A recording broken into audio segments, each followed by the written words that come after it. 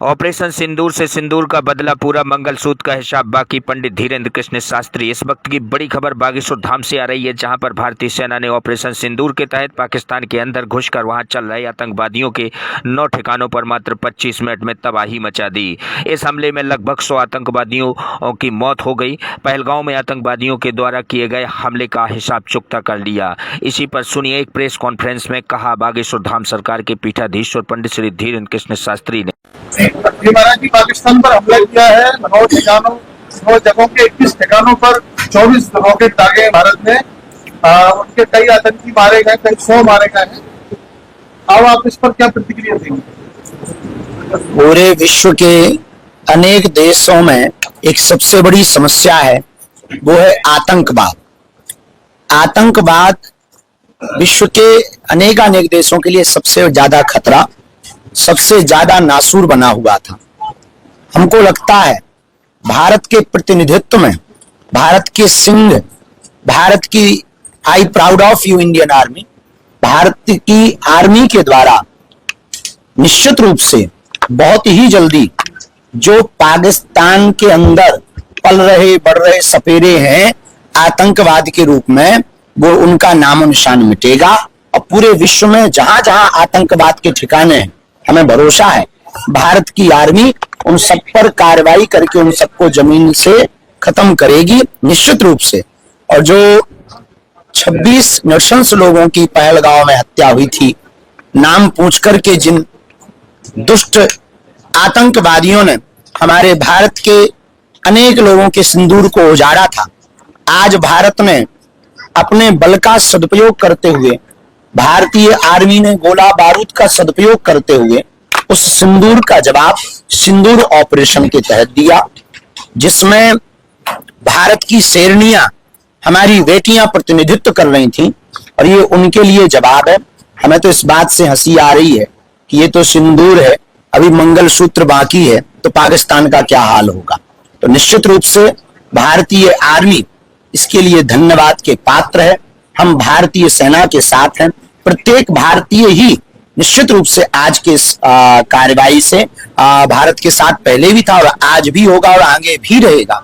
जो भारत की सरकार के कार्यों के साथ नहीं है, वो भारत का नहीं है, वो देश का गद्दार है। और हमें लगता है कि एक रॉकेट इन देश के गद्दारों पर भी छोड़नी चाहिए। एक बहुत बड़ा आतंकवादी इसमें बच गया, हालांकि उसके परिवार के 8 के राष्ट्र वो रक्षा मंत्री, उनका कहना है कि यदि भारत यदि पीछे हटता है तो वो पीछे हटने को तैयार है। क्या कहेंगे आप? जी, पाकिस्तान की जो रक्षा मंत्री है वो कह रहे हैं कि भारत यदि पीछे हट जाता है तो आतंकवाद को सरेंडर कर दे तो पीछे हट जाना चाहिए, कोई दिक्कत नहीं। आतंकवादी जितने निशाने हैं, जगह हैं, उन सबको सरेंडर कर दें।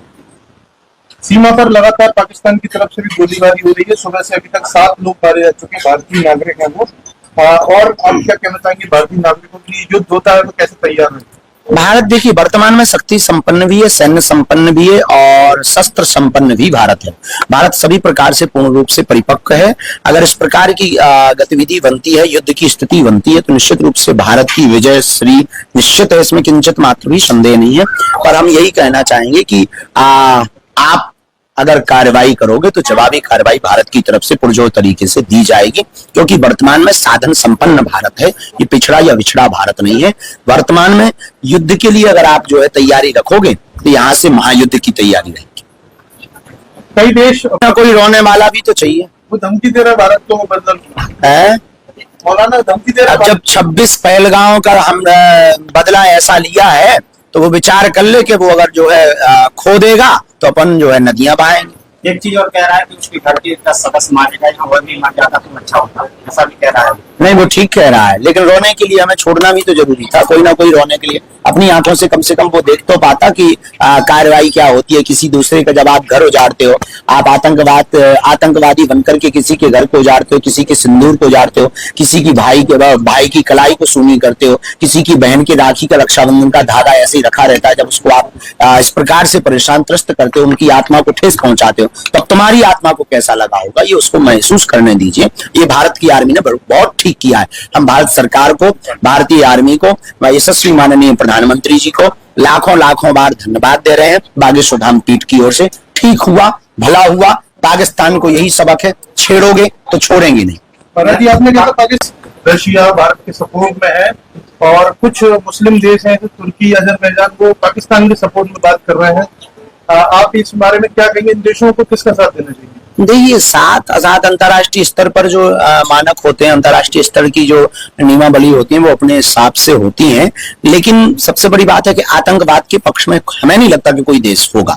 ये लड़ाई पाकिस्तान के खिलाफ नहीं है, ये लड़ाई आतंकवाद के खिलाफ है। आतंकवाद का कोई चेहरा नहीं होता, आतंकवाद का कोई मजहब नहीं होता, आतंकवाद का कोई जाति नहीं होती, आतंकवाद का कोई देश नहीं होता। आतंकवाद कहीं भी किसी भी परिस्थिति में कहीं पर भी होते हैं। जैसे हमारे भारत में भी कुछ भारत के गद्दार हैं, तो ऐसे आतंकवाद के खिलाफ ये मुहिम है, ना कि किसी देश के खिलाफ मुहिम है। तो हमें नहीं लगता कि ये वर्ल्ड वॉर की स्थिति पर है।